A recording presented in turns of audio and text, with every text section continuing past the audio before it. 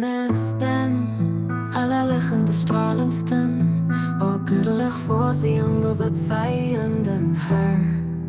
Wir können Chinos sagt Gott sei, Sonnen oder dich.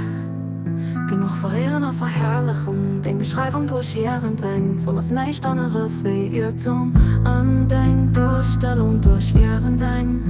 Wieder außer Beweis, wie topisch geht von denen, die sich und die Sorge Gewalt ihr Aufgabe verschiffen.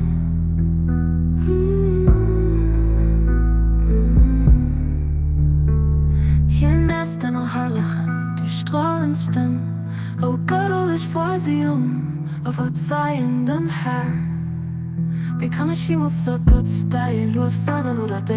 Genug verehren und verherrlichen, denk Beschreibung durch Jahren denkt, so was nicht anderes wie Irrtum aus Nummern ein Instrument, dort aus Elemente zur Summe gesagt, das Stimme Spruch sind nicht anderes wie zufällig Attribut dir.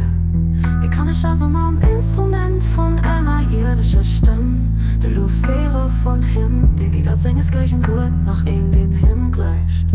Alles, was ich so in oder sicher kann, ist beschränkt durch den Verstand vom Menschlichen. Kriegt dann nicht die Grenze von der menschlichen Welt. Wie kann menschlich denke jemals die Heckspitze von göttlicher Herrlichkeit? Der Klammern auf Weg kann spannen von eitler Abbildung, jemals jetzt so Brieflicht.